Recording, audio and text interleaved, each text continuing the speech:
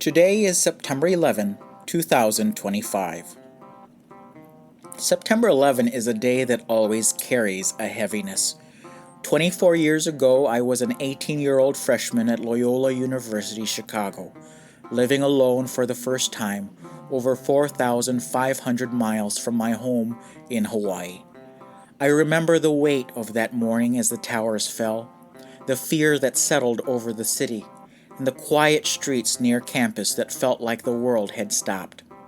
That day became a point of reference in my life, a reminder of how quickly normalcy can collapse, how fragile security can be, and how moments of violence echo far beyond the immediate scene. I feel that weight again as I look at the unrest in the country of Nepal and the deep fractures in the United States after the assassination of Charlie Kirk. My fascination with Nepal started with Michael Palin's travelogue on the Himalayas and became deeply personal when two separate DNA tests confirmed my ancestral ties to that region. At Edgewater Presbyterian Church, where I serve as a leader, I welcome Hindu, Buddhist, and Muslim Nepali neighbors into our building for organizations like Nepalese Aid, the Chicagoland Nepali Friendship Society, and the Nepali Cultural Center Chicago, who have a home at Edgewater Presbyterian Church's building. These connections have given me a window into a culture grappling with generational upheaval.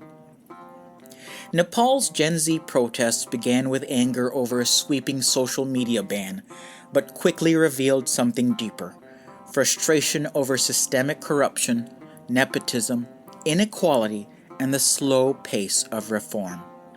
Demonstrators have clashed with security forces. Dozens are dead and buildings are in flames. The resignation of Prime Minister K.P. Sharma Oli has done little to calm the anger. What began as opposition to censorship has become a generational outcry for dignity and fairness. In America, we are facing our own rupture, though the shape of it is different. I was not a fan of Charlie Kirk. He built his brand by stoking cultural and political tensions, and his rhetoric often deepened the divide between conservatives, liberals, and progressives.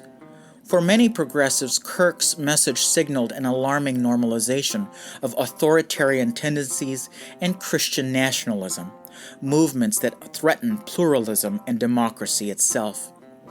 Yet even if I disagreed with almost everything he stood for, his assassination is a major rupture.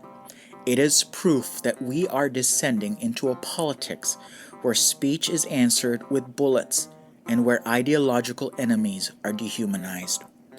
The reactions to Kirk's death reflect just how far the divide has widened. His followers see him as a martyr, proof that conservative voices are unsafe in a culture they believe despises them. Progressives see his assassination as a terrifying warning of where unchecked rage can lead, but also fear that his death will be weaponized to justify repression or further violence. Both sides talk past one another, locked into a cycle where distrust of media, institutions, and government only grows. The event has not united the nation in grief. It has fractured us even further.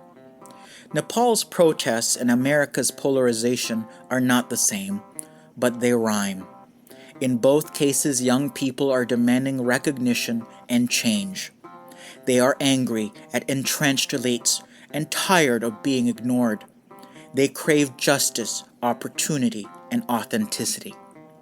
What worries me most is that both societies are sliding toward extremes. In Nepal, a government that responds to protests with violence.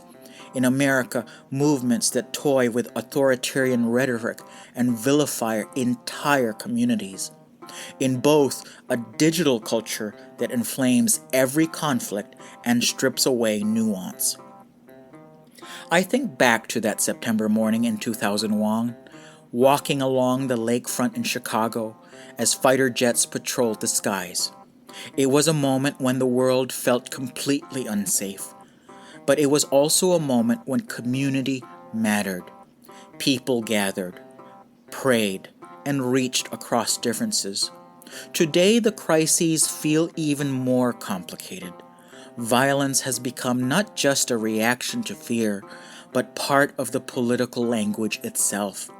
Yet, if September 11 taught me anything, it's that fear cannot be allowed to define us. Nepal stands at a crossroads, and so does America. If Charlie Kirk's death becomes just another opportunity to vilify our opponents, we will lose even more ground to the forces of authoritarianism. If it becomes a moment to pause and see how hatred has been normalized, not only in one camp, but across the entire spectrum, it could help us build something better. At Edgewater Presbyterian Church, I watched Nepali immigrants of many faiths share space, share meals, share hope. Their resilience reminds me that a multi-faith, multicultural society is still possible, but it takes work.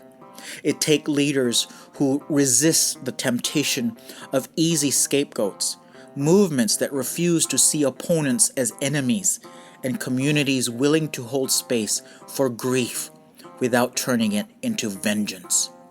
September 11 was a day when I felt the world break open for the first time. Today I feel that rupture again. The protests in Kathmandu and the assassination in Utah may seem far apart, but they are connected by a thread of generational discontent and by the consequences of failing to listen. My hope is that we can choose to hear the cries of this generation before we reach a point where violence becomes the only language left.